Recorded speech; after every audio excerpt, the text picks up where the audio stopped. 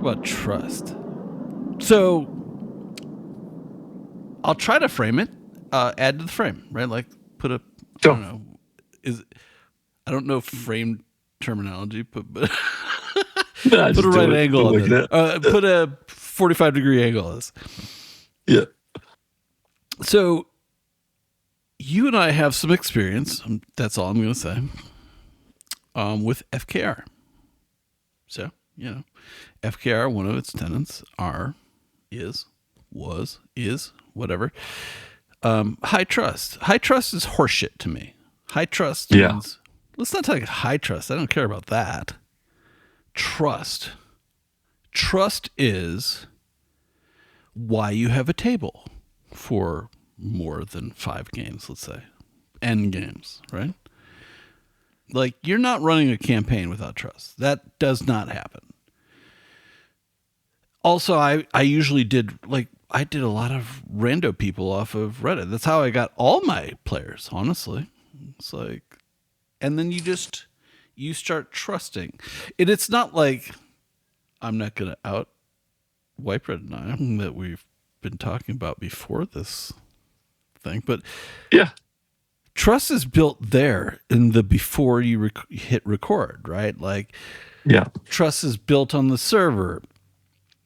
I leave servers that I don't trust. I am not on many servers. I'm on 2400. I trust 2400. Sage the Mage. We love you, brother. that's cool, dude. Yeah. I trust Sage to do the right thing because I've seen him stand up to be the only one to stand up to bullies. Trust, though. Trust is, it's everything in the game, and yet, here's what's very interesting to me.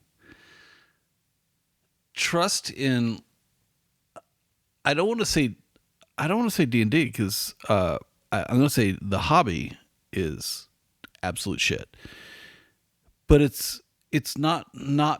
This is where I'm going to lean into you because you're more of a student of the old game.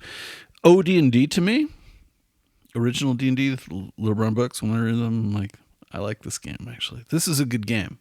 The holes in it, the holes are the trust that you're going to figure it out, right? Like when I went from D&D to World of Dungeons, that was my whole brain.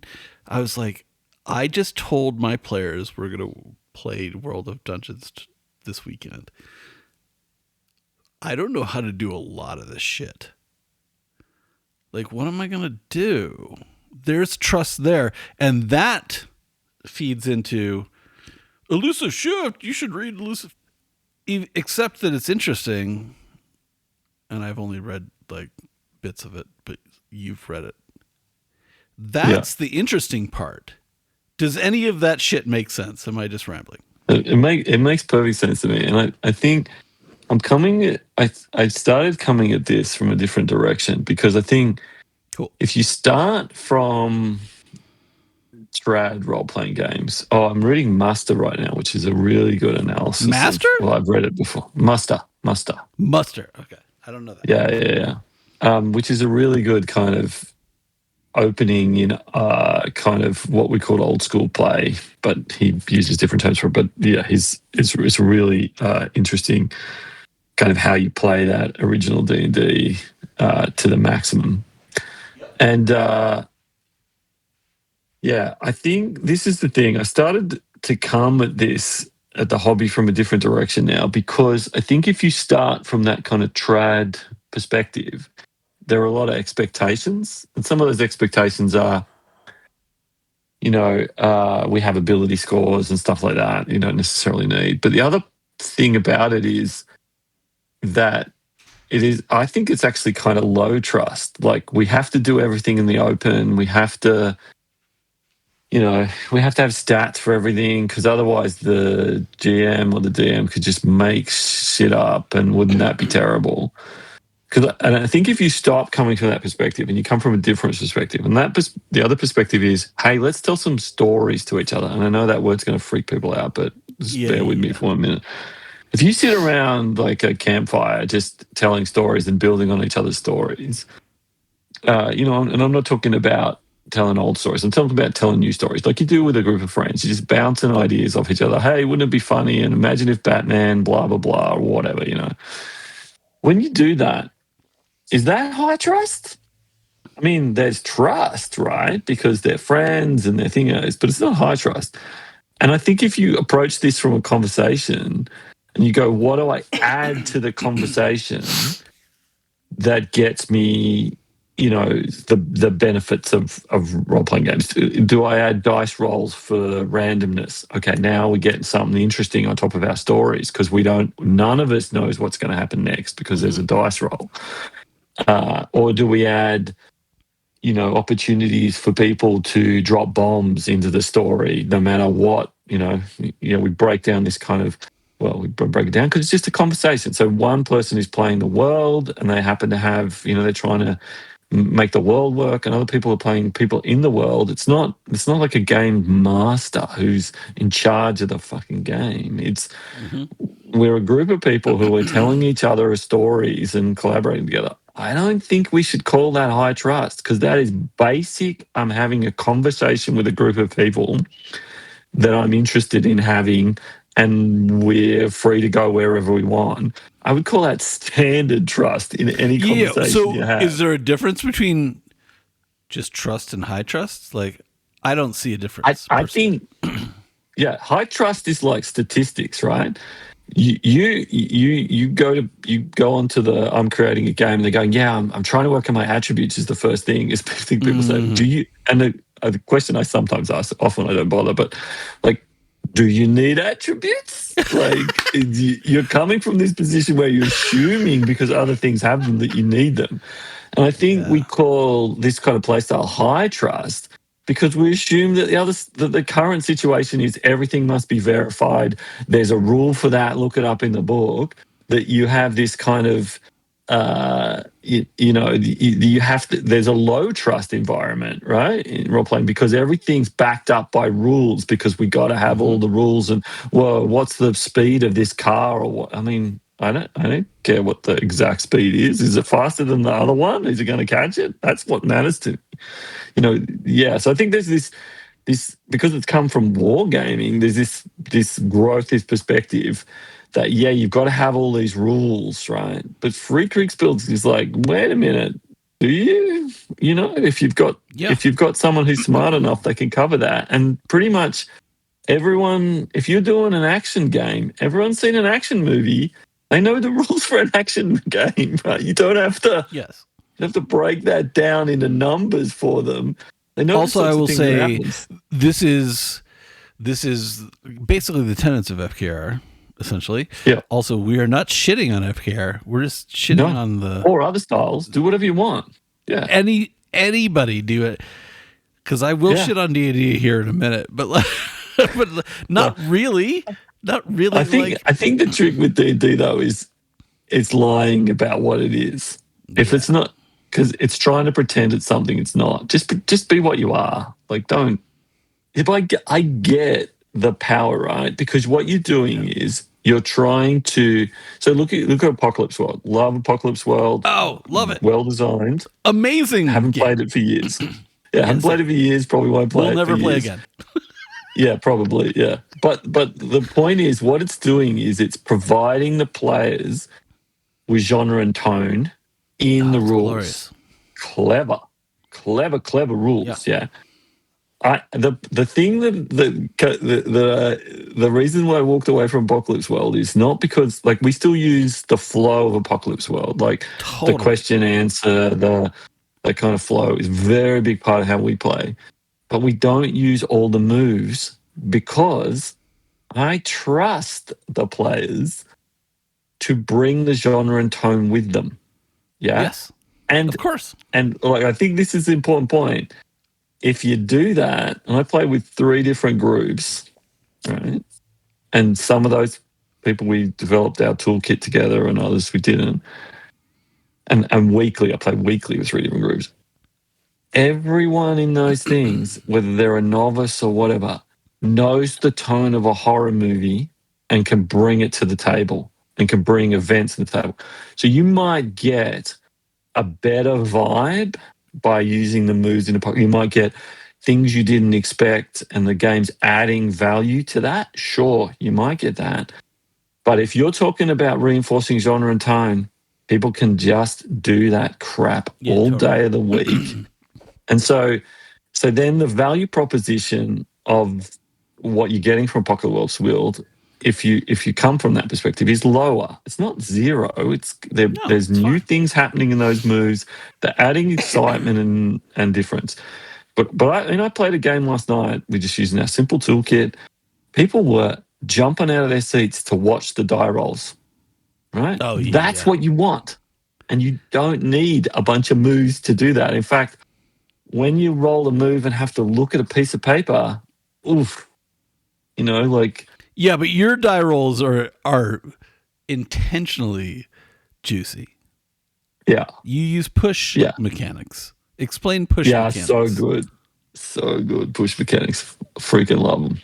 I don't use them, but I do a different game. But you tell me, I know why, but you tell our audience, explain push mechanics because they are juicy. It is fun. So this is the thing, right? So when we did this toolkit together, we kind of went, we want to simplify this. This is how it started. One of my dudes, Moss, said to me one day, he's forgotten this, but I remember it clear as day.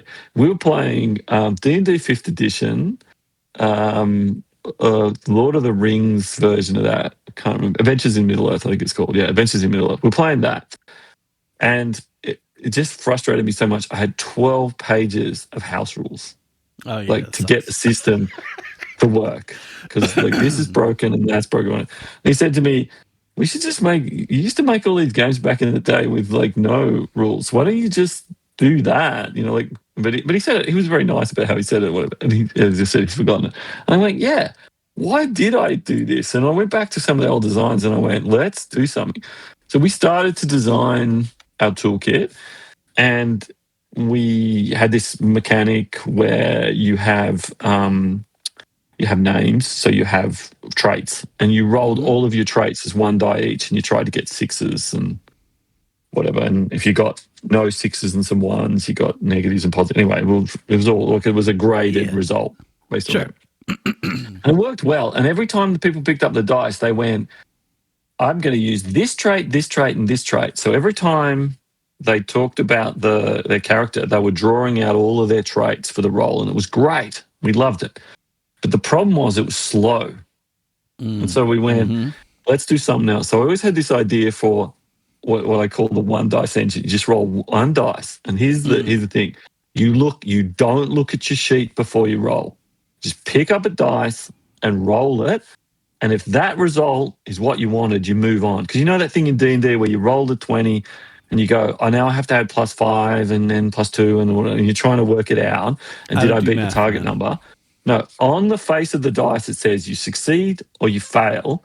If you succeed or you fail, and you just move on with the story. So the dip, Vincent Baker calls this kind of you're moving along and you dip out to the mechanics and you come back in. And what Apocalypse World is, you dip out, you have to read the move, you have to talk about it, and then you kind of, and it varies on the thing and how experienced they are, but you're kind of in and out. This is like, you want to do the thing, pick the dice up and roll it. That's it. And you're in and you're out of the thing as quickly as possible. The problem with one roll like that is it doesn't account for anything else. So you want to add some things into it. And here's where the juice is for our listeners. Here's where the juice is, right? Because I went in and out as fast as possible is the magic. You must do that. Then I started playing with push mechanics, and we tried them. So what a push mechanic is, you didn't like that roll? Hey, let's roll again. But you have to have a reason to roll again. The thing is, you got two. You basically, if you look at the situations, what's going to happen, right? I immediately succeeded in a way I wanted. I immediately failed, and I'm prepared to accept it. Move on, right? Yeah. Mm-hmm. But then, I really want to succeed more than this, or I failed and I want to succeed. That's the juice. That is the bit where you're lingering in the uncertainty and it's fun uncertainty, right? Because you got a die roll sitting on the table and you're going like, I could change that die roll or I can make it worse. That's the joy of push mechanics, because it's fast in and out a third of the time or more, half of the time. You're in and out, you roll a dice, you're moving on, the action doesn't stop. But when you're lingering, it's lingering in uncertainty. Yeah. We had this description. What was the game Milo show with and the three I- doors where you're like, you can have door one, Yes. but like door two is so your what you're saying is your whole game is named as completely based on FOMO. It's based on FOMO, exactly. But there's a thing that it's even worse than that, because one of the things we said when we sat back and we talked about what we liked in play, and there's one of the things we got from a game called Rogue Trader, and you have starships and you fight them. But Sure. the rolls there was so intense. Like we used to stand up in combat and we roll these dice and we're going, like, this roll will decide if the starship explodes or not. It was super exciting. Yeah, totally. And my mate Milo and I, we call these butt clenching rolls. Oh yeah, that's what you should have called them and named. Yeah. And so Here's the butt clencher. That's what we're trying to capture. Butt clenching rolls where you're going like, oh gosh, I've rolled twice. I'm sitting on 3 skulls. It's really bad. I can roll again, but if I roll another skull, it's fucked. over. Yeah. Mm-hmm. That's what we're trying. So when we first started doing it, we thought this won't work. Push mechanics won't work. We tried it. Mwah, beautiful. Love it. Yeah. I mean, and so I've played in this and it is great. It is very action filmy though to me. Like, and so, but I'm not saying that like it's a bad thing. Like, that's fucking dope, man. That's what, like some games wish they were doing. And I'm like, it is really exciting because, I mean, in your game, there's a lot of other mechanics that add to it. Yeah. But we're not necessarily talking about that. We're talking about the trust factor, and that's part of it, right? Yeah. Like, you have to trust the people to play their character, right? Without that, I kind of don't want to play in those games. And honestly, and so this is like, if you look at games through a lens of trust, you're going to be disappointed 99% of the time. Yeah. And it's because, I don't know if it's because, this is a theory. This is the hobby, right? Like, so Gary Gygax creates this game. Well, Elusive Shift is about it. You correct me where I'm wrong. Huh? Gary Gygax is the prop man. It's the Steve Jobs, Steve Wozniak thing. Wozniak Dave made Arneson. the thing. Yeah, Dave Arneson is the guy. But the problem with Dave Arneson is he couldn't write it down in a way that was shareable. But the core of the key concept, I reckon, is Dave Arneson. And then it goes back to Dave Wesley. Where does it stop, I suppose? But yeah, I umbrage a bit at Gygax because, he did some good stuff, but I reckon Arneson and Wesley and others were the core. The closest person to our game probably is Arneson. I don't know. Yeah. He was way more. He never let his his players rarely had their character sheets. Yeah, and that's interesting. Yeah. And you touched upon that, and we'll get back to that. And why that's interesting. I mean, I guess we can just say like the black boxing being, the GM does all the roles, knows all the rules. Nobody else knows the rules. And you brought it up, and I was like, yeah, that's exactly it. Like, when you black box, your players are forced to engage with the narrative. It's all they have, literally. Yeah, and so that's cool, but not at that cost. That's a dick move. Whatever. Yeah, I mean, I don't want to shit on FKR because FKR is actually very interesting, honestly. Well, but like, this is the thing. We can move past it. I wouldn't be playing the way I playing today without Apocalypse World and FKR and 100% Mouse Guard and Dungeon a whole bunch World, of other games. Right? Fiasco. Yeah. So Dungeon World is, again, to me, like, I was late getting to it, so I already knew it was kind of bullshit. But like, it's a must read. You have to read it. You have to read it because the GM advice in that is absolutely essential. But like the game itself is just more like horse shit, like that I don't want. Moves are trash. Yeah. Sorry, PBTA. Yeah, they fixed my biggest problem with it in development, which is why I really leaned into it. And I was in the Kickstarter, you know. I did a thing for the Kickstarter. So for what? For Dungeon World, I did a stretch goal. Dungeon World? I did a thing to play like the monstrous races, which was pretty sweet. I enjoyed it. Cool. I just moves are interesting because they're training wheels to get you to where you and I like to play, but they trust nobody. Like in Vince's, good on you for not trusting anyone, bro. I don't think he would say it like that, but yeah. I bet he would actually. I bet he would. No, because when he talks about he's giving. So his game gives people something interesting to say all the time. Like that's the vibe, yeah? He tries to get in and out in the mechanics as quickly as possible and give people something interesting to say.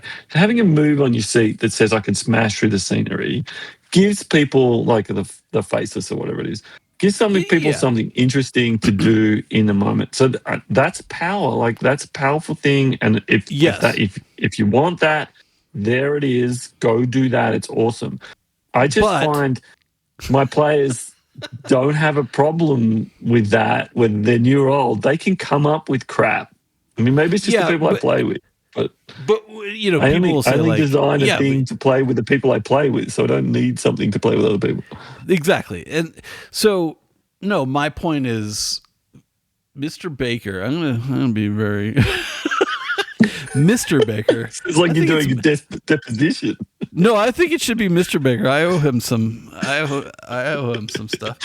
Mr. Baker came up with a way to play in a cool way using a mechanic that is cool, that hilariously and ironically got abused because everyone became move merchants, and it was horrible, and that game's unplayable to me. And the stuff he's doing in the new version, Burned Over, is he's pushing the boundaries of what people think as moves again, because now he's having moves that aren't necessarily good for the players. Like that's cool. Like there's some so like if I don't know, I can't remember what the replacement for the bikey head is called, but anyway, he's got one in there which says when you come into a situation you must roll and these things could happen. Like you're basically bringing a bunch of bikies into a bar, it's gonna happen, right? So I don't need any moves. I know what they're gonna be. Yeah, this is it's cool, thing, right? It is cool, but I respect that in the same way I respect if you want to play, you know, original D&D with all the. I respect that too. Do whatever you want.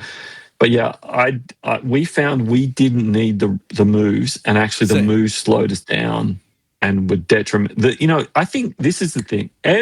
So you start with a conversation. Every mechanic you add to that conversation is like a cognitive load on the players. Yeah, it's like a debt, right? Player debt. It's a debt. It's an outside of fiction debt that you have to pay off. And so you have to make sure that they have value. And for us and the groups I played with, moves do not have the value, do not pay off the value for 100%. The way we want to play. And so if you're using them and you're enjoying them, crack on. But for us, and I think this is the most important thing I'm interested in doing. Like I really don't care how people play. I don't care if people play names or toolkit or what. Do whatever you want. I don't care.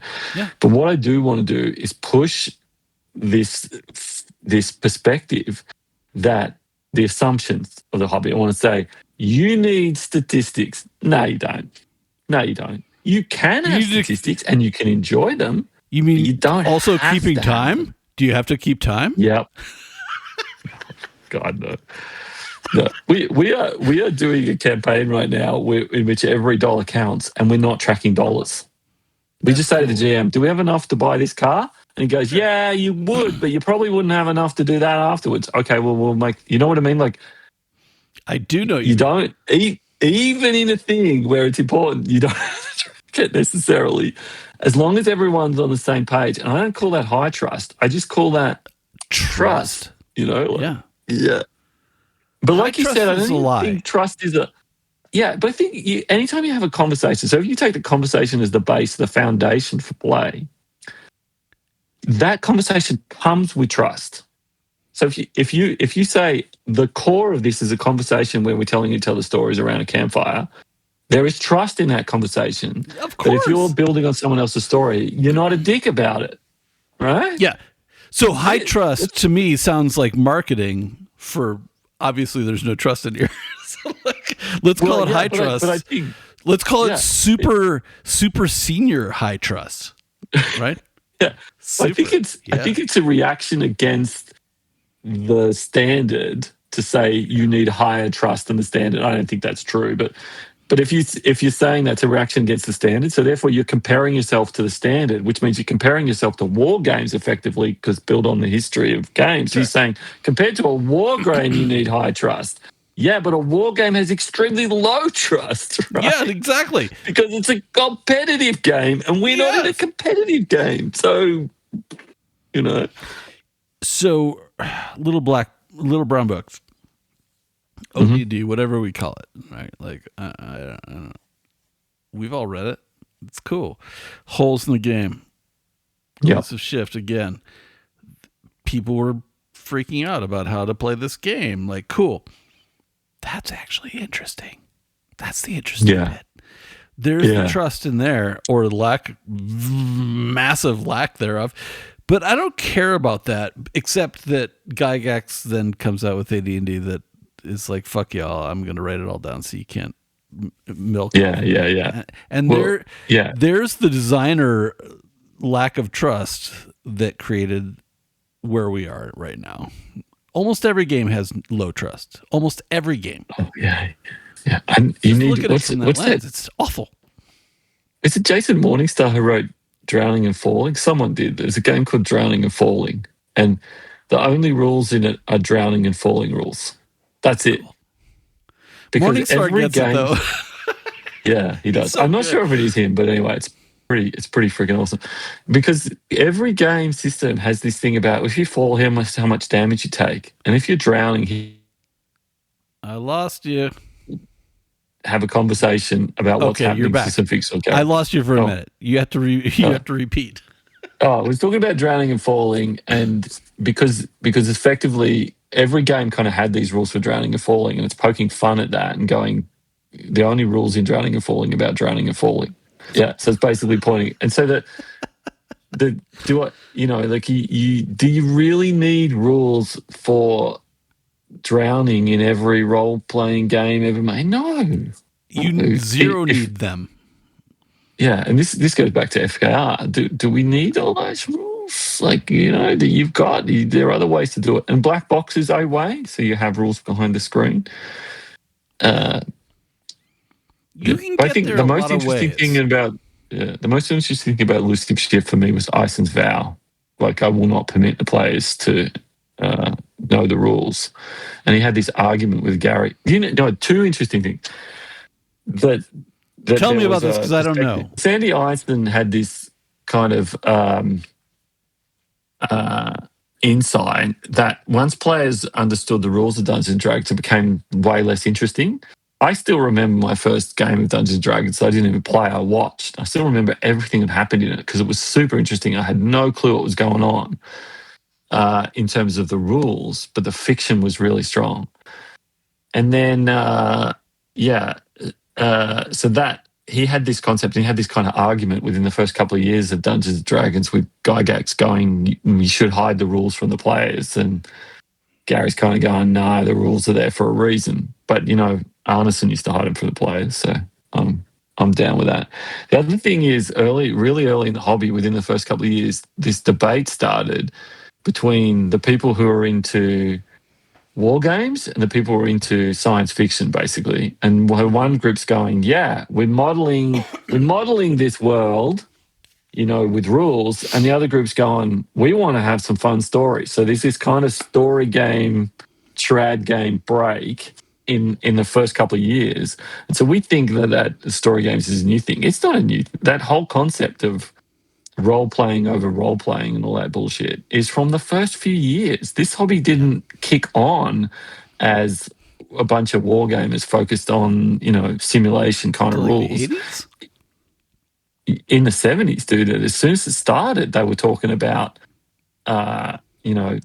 basically, yeah, because it drew in, according to Lucy Shift, it drew in all this science fiction, Star Trekkies and whatever, and they were immediately going, yeah, but we want to tell a fun story. Yeah, to me, the whole concept of naming it story games was a bad move because it really was. People think that you have a pre-established story, and honestly, you go to a trad game like D&D 5th edition, and the way people are kind of prepping that now based on is that they're kind of playing that game. A lot of people, not everyone, is kind of playing that game with pre-established things in it. The story is laid out in those trad games way less than it is in Apocalypse World, where anything could freaking happen. Yeah. I find it a story is a bad thing. But I mean, yeah. When I use it, I mean in the terms you sit around the fire and you tell each other stories and you build on those stories. That's what I mean. That's a natural, obvious thing. We just do it. So, because we've been doing the pod again and it's fun, and I've been thinking about more games and stuff, and so I have been like throwing shit at you, text shit, not literal shit. I mean, some of it might be literal shit. I don't know, but trust. Getting back to trust. That's where I hit you with the campfire thing. We had talked about it. Like, we talk about a lot of stuff. I don't really care. Like, I'm just trying to, like, I don't know what I'm trying to do exactly. It's kind of to pin. I need some words to kind of describe what you and I kind of just naturally do. It seems to me. And please argue that if you think I'm crazy town. But like the campfire. Immediate trust, yes, like in forever. You don't have you might not trust the people you invite to your campfire, but like, the campfire is the table of truth, or I don't know what it is, right? Like, did that resonate with you? Any of that shit? Yeah, definitely. And I think the other part of this is if you go to sit around the campfire to sell stories, right? You should trust people. Like, I don't think trust is built. I think if you start with trust in the sense, because I use these words, I trust and expect the players to play their characters in a way that matches the genre and tone. Like, I just trust and expect that.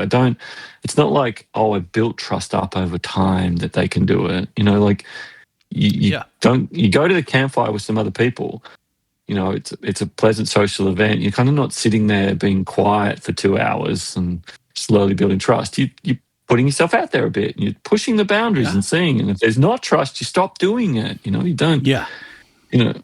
But I do think there's a thing that's because I we talked about this last time. I've got free time now because I don't have to design systems anymore. All the dozens of systems I've designed for my table over the years, I don't have to do that because I've got a system that does a toolkit that does it all. So I think it's really fun to talk about this stuff, but let me just put it in context. There's the play, right, in which you get on with playing and you just do that thing, and that just happens. It's like naturally, and like we wrote principles. Well, I pushed my players to write principles for how we did it, and we put them in the long form toolkit years ago. Mm-hmm. We don't use that. We just play. Like, we have established play experiences and we play together. So I think it's cool. So there's two parts of this. One is just play and reflect on your play and improve it. That's the whole thing. But the other side of this is, it's fun to kind of muck around with theories and think how this stuff all fits together. Totally. Also to shit on people. Like, oh yeah, you got to drop some from great height. No. I think it's a fun and interesting thing to do, because the other part of this is I don't want to tell everybody about this style of play. It does not suit heaps of people, not even and they're not close, interested. yeah. Yeah, Not at don't all. waste their time by telling them about 'em. But if you've got people who are on the boundary and they're going, "Hey, what's that?" I think that's the place you and I want to play, and we want to go, "Hey, here's the thing. It may not be your thing, but it's a thing. If you're interested, do this and do that." But also, I think because we're not selling a commercial product, we're selling concept. Like, you and I have our own toolkits, but we're not selling. I don't care how many people download it. I don't give a shit. I mean, I would be happy to. Honestly, that this ties into like my whole stupid blog post on signal flares, right? Like, signal flares are just. I just want a reasonable amount of people, like less than a dozen, to play with. Enough people. Do you know enough people to the diversity of opinion in the conversation? That's all we're looking for. Diversity, 100%. Yes. Yeah. There are other people out there like me and you, like, right? Like, we met through FKR, right? And Yep. and you named at me, and I was like, that's cool. I want to try that, but I'm not sure. Right. Like, and so in my game, let's talk about this, right? Like, in my game, I don't use the push mechanic because that's not the game I want. I don't want the action based game, which, although I love playing it, right? Like, it's like, oh, do I want an action movie tonight, or do I want like some like crazy, like, like Dances with Wolves where you're just out in the wilderness kind of shit, right? Like, and I want both. Yeah. I want all of it. Yeah. So that's kind of it too, but named can ratchet up or ratchet down. Yeah, but this thing, like, we need to, have rules because otherwise the GM can do anything. The GM can do anything. Yeah, totally. Like, it doesn't matter if there are rules or not. Yeah, that's a lie. That is a lie. Yeah, and if you're playing something with, oh yes, the CR of the monsters must meet an appropriate threat for our level. I mean, yawn fest. Give me something. Give me a monster I can't defeat, and then I realize it and have to run away. I don't. Yeah, this is balance. Balance is like, that's lack of trust in, like. Yeah, but if you want it, if that's the simulation you want, if you want to experience that thing with that balance in it, hey, do it. That's cool. I get it. Yeah, go ahead. Go. Yeah, I think this is the thing about you and I, right? So you did exactly what I was hoping with the name toolkit. You took bits you liked and built your own. That's the story I'm selling. Find things in games you like, steal them, and make a thing that you want to, that meets the needs of your group, and do that. Yeah, we spend zero time outside of play thinking about the mechanics of our characters, and zero time in play thinking about the mechanics of our characters, and that is what I want.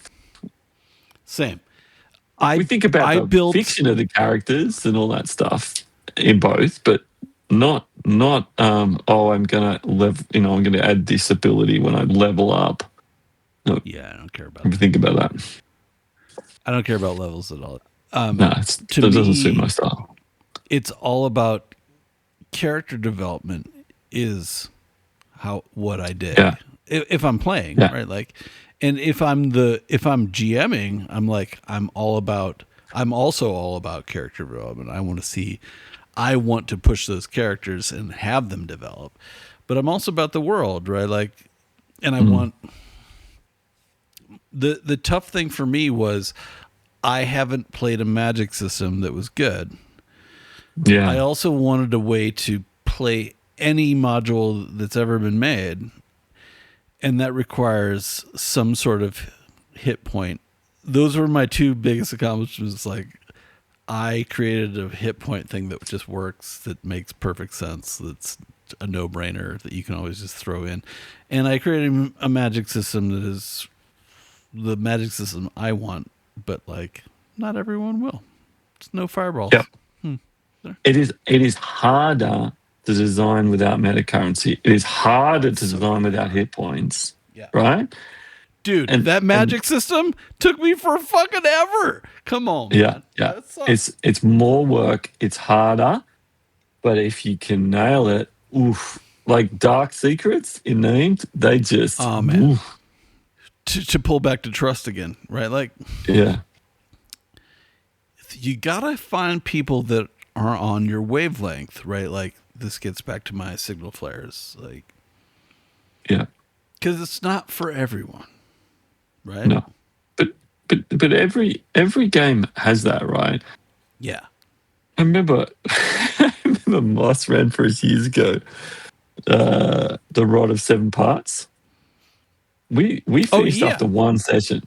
Yeah, because we were dicks and we didn't engage with the campaign. We did not engage with it, and we early 20s kind of guys just screwing around, and we screwed around and we killed the campaign because we were being dicks. You have to you come to anything, like we're telling each other stories around the campfire. I'm sitting there, and if I start talking about politics or something else, no, we're telling make-up stories. We can talk politics, but you're not hitting the vibe that's going on right now. If you're not connected to that's what trust is. It's essentially trust that you're going to participate and do the thing. And this is why I don't like meta currencies or incentives. Because the other incentives is like talking about experience points. Meta currencies often incentives to awards for good role playing. No, the good role playing is the reward. Yeah, awards for good role playing is trash. Yeah, I can't stand experience points and all that stuff because Zadex Su, I'm probably saying his name wrong, said something really clever about this. If I give you currency, XP, whatever, for doing the right thing, then you are making a mercenary decision, not a moral decision. I want all my decisions to be moral. What is the right thing from my character's perspective to do in this situation? I don't want any incentives. Incentives are clouding that. Mm-hmm. There are fictional incentives at the wazoo. Let's stick with the fictional incentive. Don't give me mechanical incentives or meta currencies. I'm not interested. Mm-hmm. I feel like designing a role-playing game is almost impossible. Like, you can't get all the stuff, so you have to leave the holes, and the holes are the juicy part. Yep. Except for Dogs in the Vineyard. You love dogs.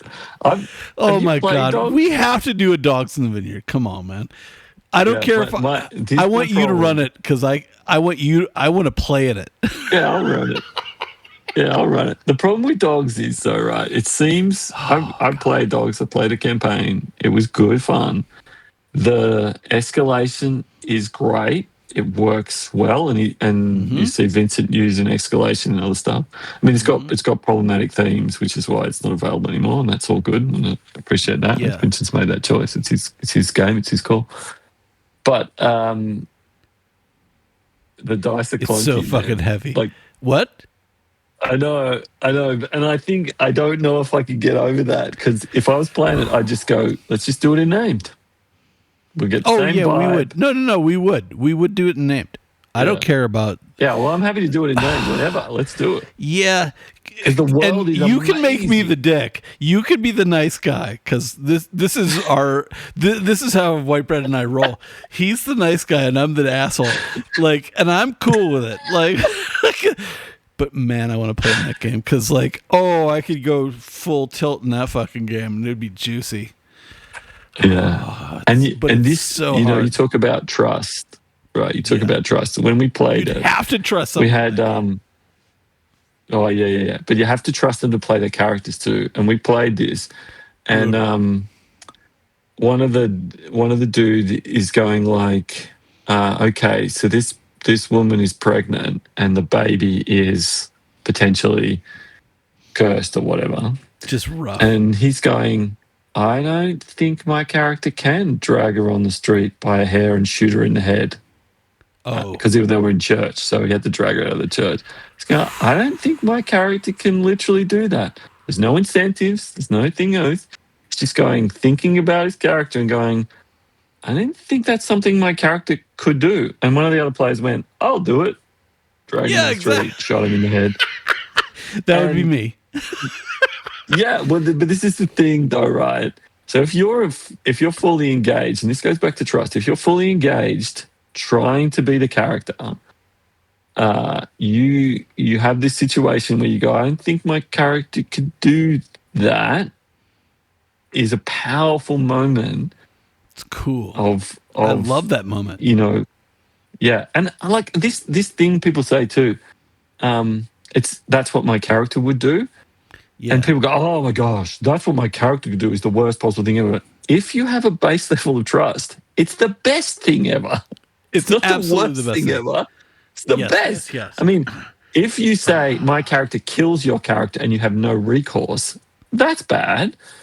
But if you say, hey, I really feel like my character would want to kill your character at this point, let's have a conversation about that and work out what we're going to do about it, right? Because we've reached this situation with the characters where this is happening.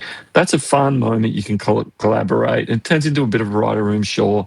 But and if you want to play hard, you can just say, no, my character would kill your character at this point and whatever. But I think you can have characters that do awful things. I wrote about this in a long toolkit. You can have characters do awful things. That's fine. It's fine to do that. Just don't be a dick to the other players about it. Yeah. Right? As long as you're not a dick to the other players. Or the GM. Characters, yeah, of course not. Yeah. I've had characters that have done horrible things, and other players have done horrible things to my characters, and it was awesome, and I loved every minute of it. Yeah, totally. Of course. I played with someone who'd never played D&D before, and they were really into Lord of the Rings, so we played Adventures in Middle-earth was the first game I played with them. Sure. Right? And I described this situation where there were a bunch of sleeping orcs and goblins. Yeah.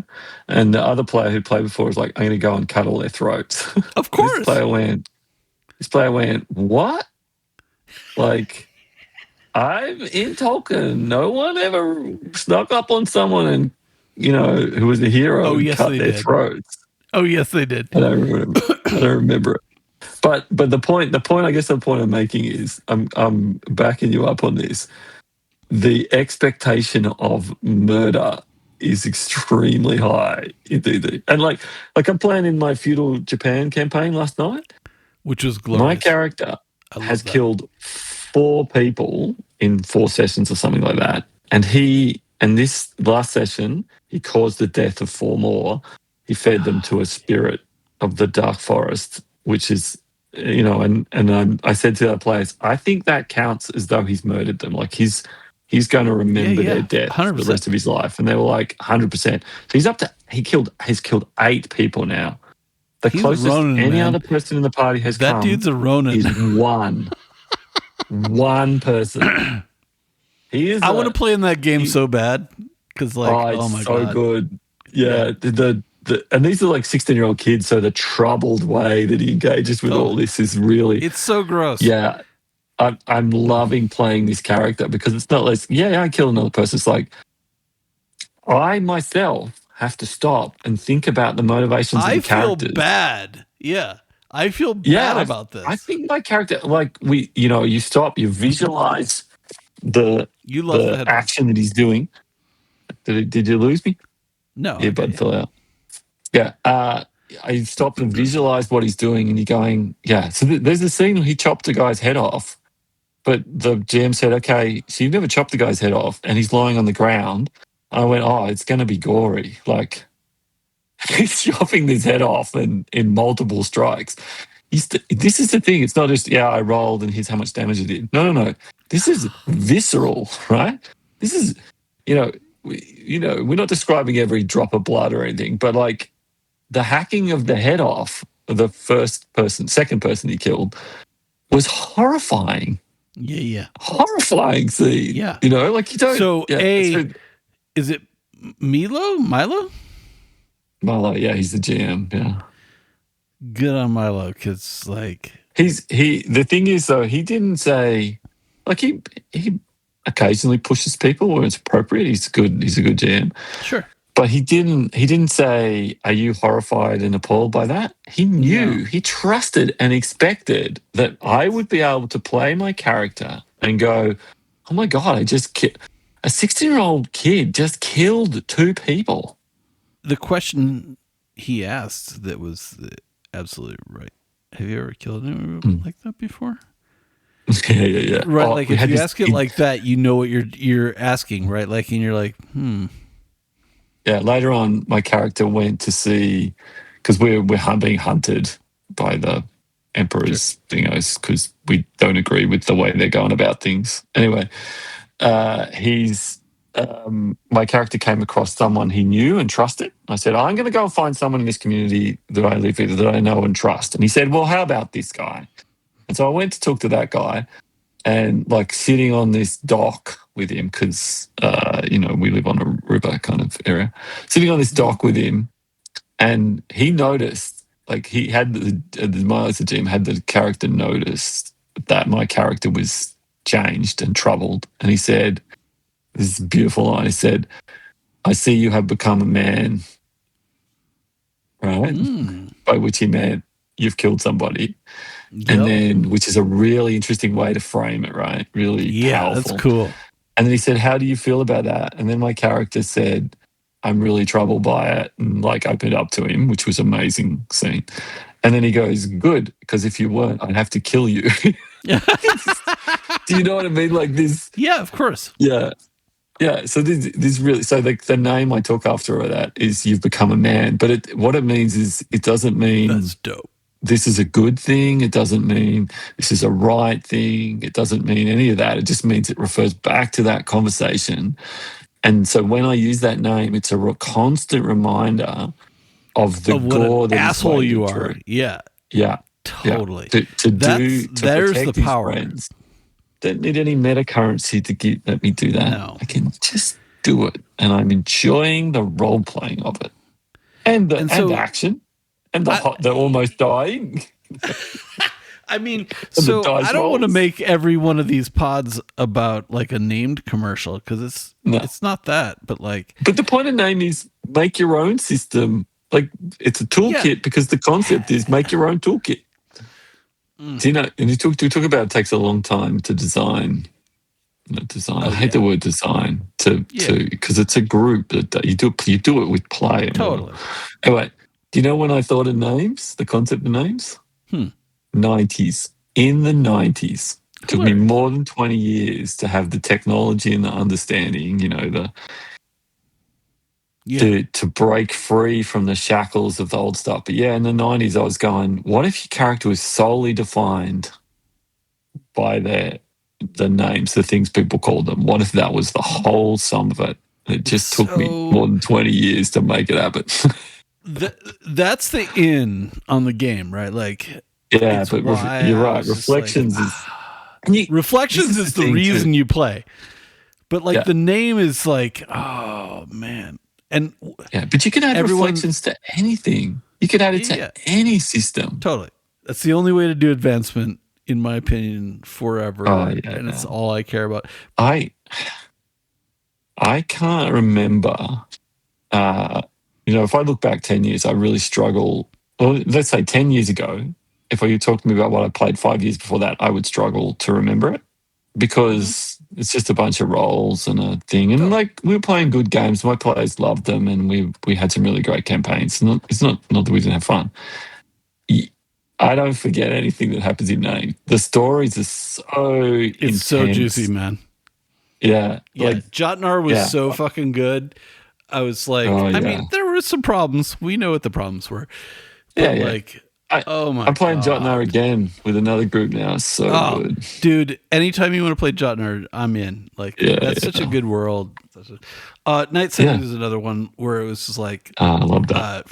Hilariously, I just listened to that again and I was like laughing my ass off. But I listened to it too. It was so funny. It's so fucking funny. But Jesse and I are like so the kind of players I like to play with, because he is going to give everything. You can just baseball bat him, and he's gonna Yeah. baseball you back, right?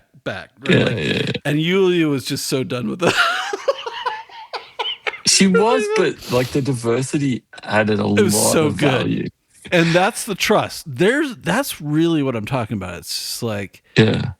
there's a magic moment with like when you and I are playing at a game where it's just like I'm making up stupid weird shit because it's just fun for Yeah. me, and like stealing the snare, right? Like you had no Yeah.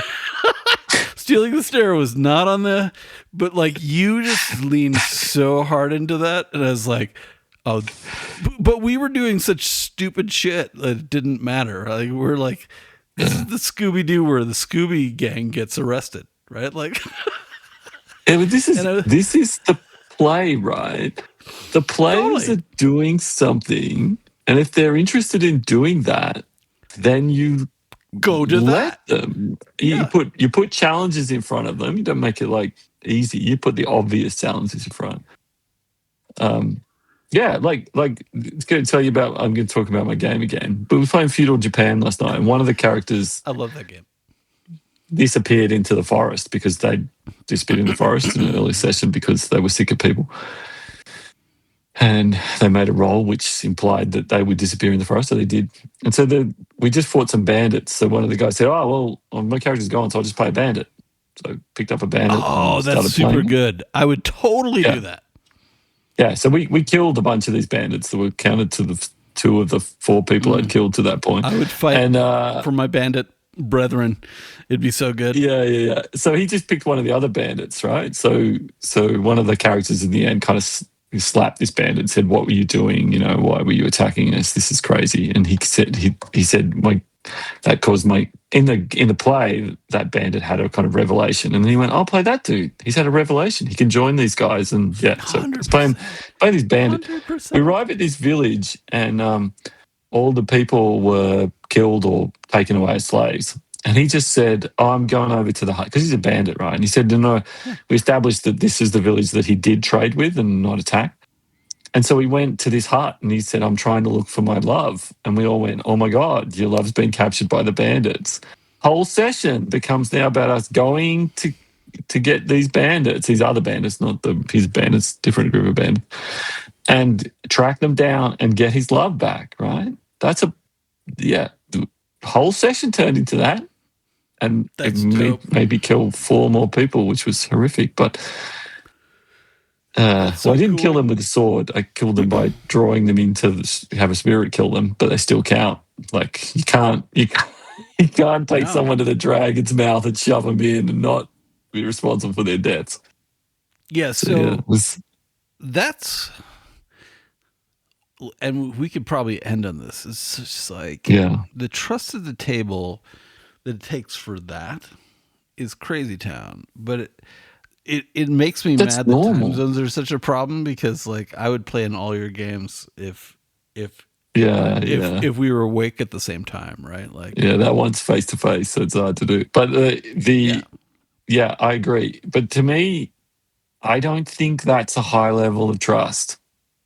No, it's not. That's the normal level of trust. It should be the normal level of trust. And this is why I don't like high trust, because it's just a word. If you require proof that a person is being legit, then there is no trust. Yeah. Right? So if you require roll your roles in the open in the front of everybody as a GM or as a player, then you don't actually have trust. Yeah.